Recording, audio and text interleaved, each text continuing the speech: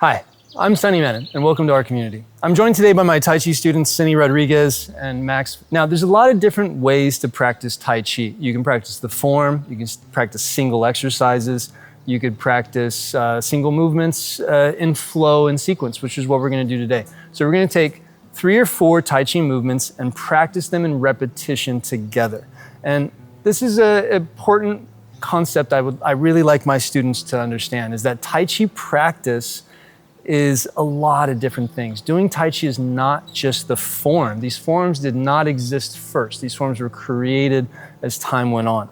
And so just learning a form is great, but we want to have a lot more things and a lot more tools and things we can do with our Tai Chi so we can get more out of it. So this is a little flow sequence. So we're going to start over here in our holding, embracing the moon posture. And we're gonna work our ocean stepping. So this flow sequence is meant to highlight different stepping patterns, forward, back, side to side. So we're gonna begin with parting horse's mane and ocean stepping. And there are many variations of parting wild horse's mane, many variations of how to do our stepping. But in the beginning, it's just about letting our awareness get into what we're doing, feeling the flow of movement in our body. Turn the waist, empty full in the legs. So don't worry too much about doing it right or wrong in the beginning. Just let yourself do it.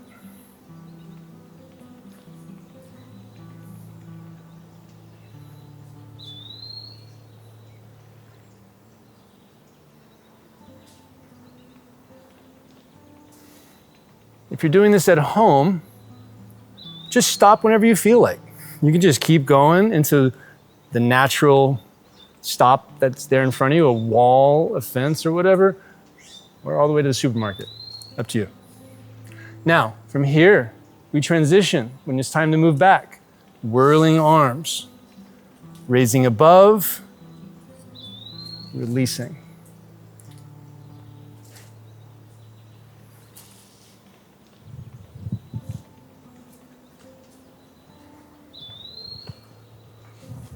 What's consistent in all of these patterns is that awareness of empty full and how we're transferring the weight, coming back into brush knee.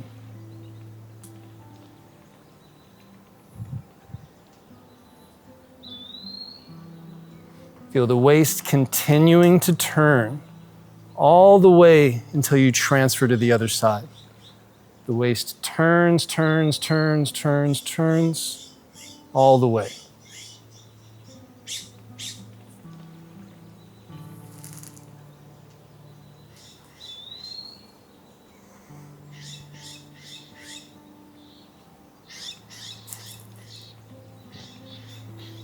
One of my teachers, Zhang Wei Dong, would say that Tai Chi is learning to play with gravity. So we just want to feel the transfer forward and back, side to side, and how that happens through the middle. And then returning once again with whirling arms. So just transition.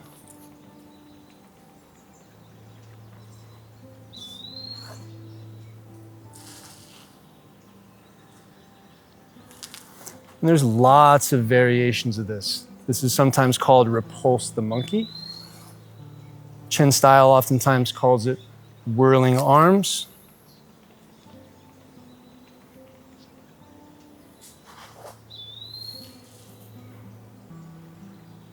And then when you're ready to transition again, change your angle, and we're coming into cloud hands.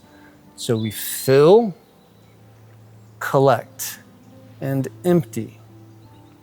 Shift. Fill, collect, empty. Move the hands with the body.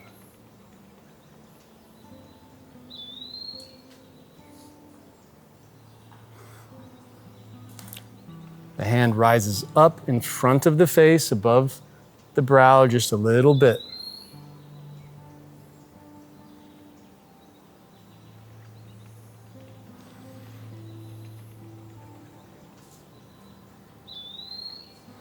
And when you're ready, we go the other side.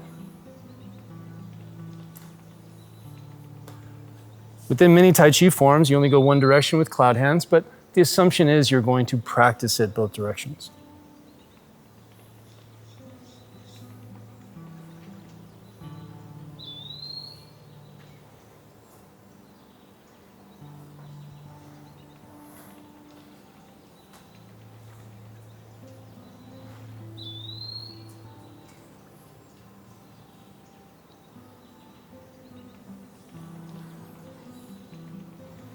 And then coming to a rest, closing with 3 breaths.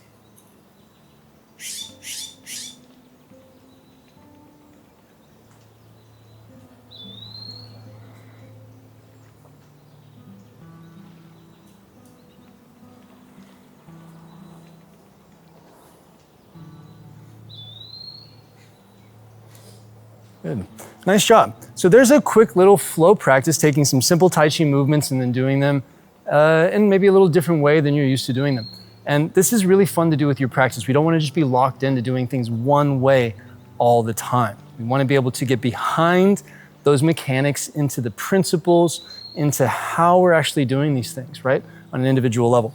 And important to know too that there's a lot of different variations of these. There are parting horses mane that looks like this, parting horses manes that looks like this, all kinds of different stuff. And so the mechanics are really fun to study, but we don't want to get locked into doing it. This is the only way to do it, because we want to get past that so we can really see the fundamental concepts that are guiding these arts, which is just our awareness, right? Learn to play with gravity. So thank you for joining us today, and I look forward to seeing you next time.